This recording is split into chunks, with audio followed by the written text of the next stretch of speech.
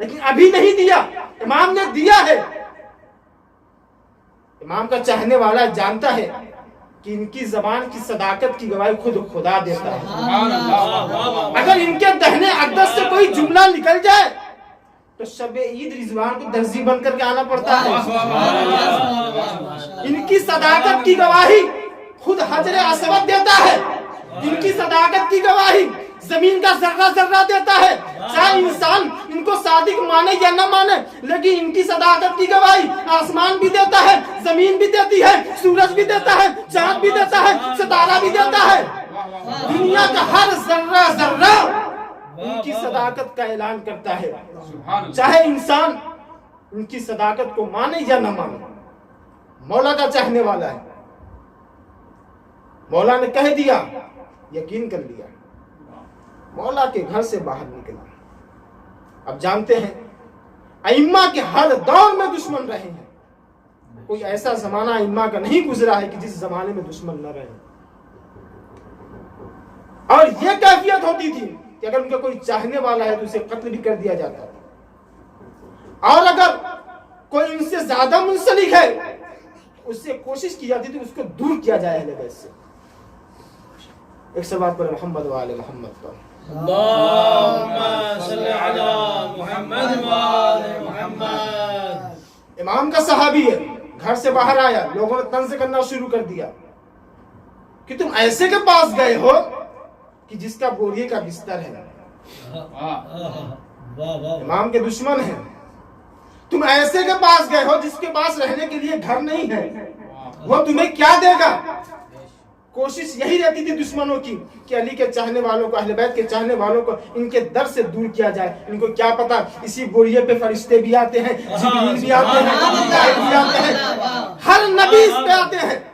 اور امام کا جناب خضر سے ملاقات کا قصہ مشہور ہے کہ جناب خضر امام چوتھے امام سے ملاقات کرنے کے لیے آتے تھے۔ یہ امام کے دشمن ہوتے تھے، اور سب سے بڑا دشمن، بیچ میں بات آئی اس کو بھی عرض کرتا چلوں، سب سے بڑا دشمن، عالم اسلام کا دشمن، رسول کا دشمن، خدا کا دشمن حضرت شیطان، جب امام سجاد کی عبادتوں کو دیکھتا ہے تو بارگاہ خدا بندی میں جاتا ہے۔ یہ واقعہ، یہ روایت مدینۃ المعاجز اور بحار الانوار میں بھی یہ روایت ذکر ہے۔ خدا کی خدمت میں گیا، کیا کہا ماننے والے؟ یا رب قد رأیت العابدون من عبادک من اول الدہر الى عہد علی بن الحسین، کہ پروردگار میں نے، دیکھی کتنا بڑا منافق ہے، منافقت کی حد دیکھ لیجیے اس کی، یہ کافر بھی ہے، مشرک بھی ہے، لیکن اس کی منافقت بھی دیکھ لیں، کیا کہہ رہا ہے؟ من اول الدہر الى عہد علی بن الحسین، پروردگار میں نے ایسی عبادت کہ جیسا زین العابدین عبادت کرتا ہے، میں نے اول دہر سے لے کر آج تک ایسی عبادت کسی میں نہیں دیکھی جو علی ابن الحسین کی عبادت ہے۔ جبکہ اس نے آدم کی عبادت دیکھی ہے، نوح کی عبادت دیکھی ہے، ابراہیم کی عبادت دیکھی ہے، موسیٰ کی عبادت دیکھی ہے، خود رسول کی عبادت دیکھی ہے کہ جس کے لیے خدا خود کہہ رہا ہے قم اللیل الا قلیلا۔ پیغمبر کتنی عبادت کیا کرتے تھے، اس کے بعد کہہ رہا کہ میں نے اول دہر سے لے کر آج تک امام زین العابدین علیہ السلام جیسی عبادت نہیں دیکھی ہے۔ خدا نے کیا کہا؟ تمہارے کہنے کا مقصد کیا ہے؟ شیطان کہتا ہے کہ میں ان کی عبادت کو تو دیکھ رہا ہوں، لیکن میں ان کے صبر کو بھی آزمانا چاہتا ہوں، آیا ان کی عبادت کے ساتھ آیا صبر ہے یا نہیں ہے۔ شیطان، تم نے کربلا میں زین العابدین کے صبر کو نہیں دیکھا، بابا کے گلے میں خنجر چلا، چوتھے امام نے صبر کیا، بہنوں کے سر سے، پھوپھیوں کے سر سے ردا چھینی گئی، صبر کیا، لیکن کیا کہتا؟ میں ان کے صبر کو دیکھنا چاہتا ہوں۔ منع کیا گیا شیطان سے کہ ان کا امتحان نہ لو، یہ اللہ کے مخلص بندے ہیں، ان کے اوپر تمہارا اثر نہ ہوگا۔ منع کیا گیا، روایتوں موجود ہے، پورا جملہ موجود ہے کہ انتباہ کیا گیا، اس کو منع کیا گیا کہ ان کو تم نہ بہکاؤ، یہ تمہارے بہکاوے میں نہیں آئیں گے، لیکن نہیں مانا۔ اس مقام پہ آیا کہ جہاں چوتھے امام عبادت کیا کرتے تھے. روایت بتاتی ہے کہ اس جگہ سے کہ جہاں امام سجدہ کرتے تھے زمین کو چیرتے ہوئے فی صورت الافعال لہو عشر رؤوس، ایک سر والا سانپ نہیں، یہ اس شکل میں آیا، اسدہے کی شکل میں آیا اور اس جگہ سے آیا. اگر انسان کے سامنے کوئی ایک بچھی آ جائے یا کوئی جو ایک جانور آ جائے، کوئی کیڑا آ جائے تو انسان کا ذہن بھٹک جاتا ہے، عبادت سے انسان ہٹ جاتا ہے. لیکن امام ہے اس جگہ سے نکلا کہ جہاں امام سجدہ کرتے ہیں، زمین کو چیرتے ہوئے اپنے سر کو نکالا. آپ دیکھتے ہیں کہ سانپ کیسے نکلتا ہے، ایک سر نہیں، لہو رؤوس لہو عشر رؤوس، کہ اس کو 10 سر تھے. یہی نہیں، محدث الانیاب، نوکیلے دانت والا. صرف یہی نہیں بلکہ 10 سروں سے دانتوں کے ساتھ آگ بھی نکال رہا تھا. امام کو بہکانا چاہ رہا ہے، امام پہ کوئی اثر نہ ہوا. امام پہ کوئی اثر نہیں ہوا. اب اس نے کیا کیا؟ اب جھک کر امام کے پیروں کی 10 انگلیوں کو 10 منہ سے چبانا شروع کر دیا. پوری روایت ایسی موجود ہے. آپ حضرات دیکھنا چاہیں تو بہار میں بھی دیکھ سکتے ہیں، اب مدینۃ المعاجز میں بھی دیکھ سکتے ہیں. 10 منہ کے ذریعے سے، دانتوں کے ذریعے سے امام کی 10 انگلیوں کو چبانا شروع کیا. اب وہ نوکیلے دانت اس سے امام کو زخم بھی پہنچا رہا ہے اور منہ سے آگ بھی نکال رہا ہے، امام کو تکلیف پہنچا رہا ہے. خود شیطان کہتا ہے کہ میں نے امام کو اتنی اذیتیں دی لیکن امام کو توہم تک نہ ہوا. امام کو دشمن گواہی دے رہا ہے، امام کو توہم تک نہ ہوا. اگر یہ ہوتا ہے کہ آدمی کو توہم ہو جاتا ہے، وہم ہو جاتا ہے تو ایک کی جگہ 2 پڑھ دیتا ہے، 2 کی جگہ 3 رکعت پڑھ دیتا ہے، 3 کی جگہ 4 پڑھ دیتا ہے، 2 سجدے 3 سجدے کر دیتا ہے. لیکن امام کو توہم تک نہ ہوا. ایک مرتبہ اس نے کیا دیکھا کہ آسمان سے شہاب مہلک چلا. شہاب مہلک چلا. ایک مرتبہ جیسے ہی دیکھا کہ یہ آسمان سے جو اللہ کی طرف سے شہاب مہلک آ رہا ہے مجھے جلا کر ختم کر دے گا. ایک مرتبہ امان لینا ہو تو کہاں انسان جاتا ہے؟ امام کے بازو میں آ کے کھڑا ہو گیا. امام کے بازو میں آ کر کھڑا ہو گیا. امام جیسے سجدہ کر رہے ہیں ویسے سجدہ بھی کر رہا ہے. امام رکوع کر رہے ہیں، امام کے ساتھ رکوع بھی کر رہا ہے. کیوں؟ اس لیے کہ یہ امان کی جگہ ہے. میں کہوں گا کہ جو صحابہ کا کلمہ پڑھتے ہیں اتنا تو شیطان کو بھی پتا ہے کہ اگر امان چاہیے تو ان کے سفینے پہ آ جاؤ. ایک صلوات پڑھ دے محمد والے محمد پر.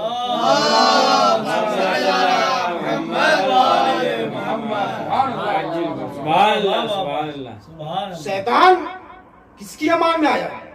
یہ ڈر گیا یہ شہاب مہلک جو آسمان سے آ رہا ہے یہ مجھے جلا کر خاک کر دے گا، لیکن پناہ امام کے بازو میں آ کر دیا. کیوں؟ یہ ایسا ڈر ہے کہ جو اس ڈر پہ آ جاتا ہے وہ پناہ پا جاتا ہے. اس کے بعد کیا کہتا ہے؟ سمیت زین العابدین، کہ آپ کا نام زین العابدین جیسے رکھا گیا تھا، آپ واقعی زین العابدین ہیں.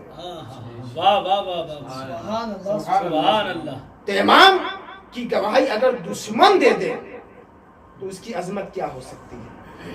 کسی کی اگر عظمت کی گواہی دشمن دے دے تو اس کی معرفت دنیا والے کیا سمجھیں گے؟ کیا میں عرض کر رہا تھا کہ وہ شخص کہ جو امام کے پاس آیا تھا، مولا میں بھوکا ہوں، مجھے تنگ دستی ہے، مجھے کچھ عطا کر دیجیے. امام نے کیا کہا تھا؟ رزق اللہ تمہیں دے گا. باہر آیا، لوگوں نے جب اسے تانا دیا تو امام کی بارگاہ میں دوبارہ آیا اور آنے کے بعد کیا کہتا ہے؟ مولا میں اپنا دکھ بھول چکا ہوں، مجھے اپنے اوپر فکر نہیں ہے، مجھے اپنا خیال نہیں ہے، مولا مجھے آپ کا خیال ہے. آنکھوں میں آنسو آ گئے. مولا نے اپنی کنیز کو بلایا، بلانے کے بعد اسے 2 خشک روٹیاں عطا کی. اگر کسی کوئی جملہ کہہ دوں، کسی بادشاہ کے پاس کوئی جائے خشک روٹیاں مل جائے تو کہے گا کہ یہ خشک روٹی میں کیا کروں گا، لیکن ان کی روٹیوں کی عظمت کو کیا دنیا والے جانے، ان کی روٹیوں کو آسمان والے لینے کے لیے کبھی مسکین بن کر آئے، کبھی یتیم بن کر آئے، کبھی فقیر بن کر آئے، ان کی روٹیوں کی عظمت دنیا کیا جانے۔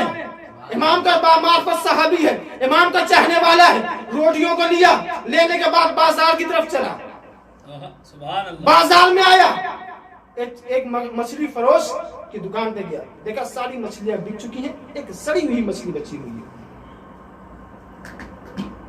دکاندار سے کہا کہ ایک نان لے لو، ایک روٹی لے لو، اب مجھے یہ سڑی ہوئی مچھلی جس کی حالت خراب تھی، ایسی نہیں تھی، اگر وہ اچھی ہوتی تو بک جاتی ہے۔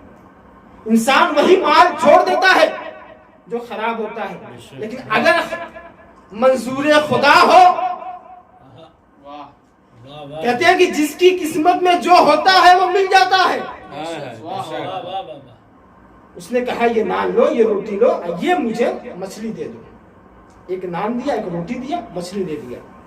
کچھ دور آگے بڑھا، ایک نمک کی دکان پہ پہنچا، اس نے ایک روٹی دی اور کچھ نمک دیا، لینے کے بعد گھر آیا۔ اب دیکھیے گا کہ جو امام نے کہا تھا کہ اللہ نے تیرے رزق کا وعدہ کر لیا ہے، مچھلی گھر پر لے کر آیا، اور آنے کے بعد جیسے ہی مچھلی کو کاٹا تو کیا دیکھا، اس میں لال و جواہر ہے۔ امام نے جو کہا تھا کہ اللہ نے تیرے رزق کا انتظام کر دیا ہے، اب ان دو روٹیوں کی عظمت کو سمجھے کہ ایک روٹی سے مچھلی خریدی، ایک سے نمک خریدا، اس کے بعد دیکھ کے خوش ہو گیا کہ واقعی میرا مولا صادق ہے۔ اس نے کہا تھا کہ اللہ نے تیرے رزق کا انتظام کر دیا ہے، ہاں باب ایسا مچھلی کو لیا۔ اس کے بعد کچھ دیر گزری تھی کہ مچھلی والا بھی آیا، نمک والا بھی آیا۔ آنے کے بعد دق الباب کیا، دروازہ کھولا، کیا دیکھا کہ مچھلی والا نمک والا بھی آیا۔ کہا یہ اپنی روٹی پکڑو، یہ ہمارے دانتوں سے نہیں کاٹی جائے، یہ سخت روٹیاں ہیں، ہمیں اس کے کھانے کی توفیق نہیں ہے۔ اس نے نمک والے نے بھی روٹی واپس کی، مچھلی والے نے روٹی واپس کی۔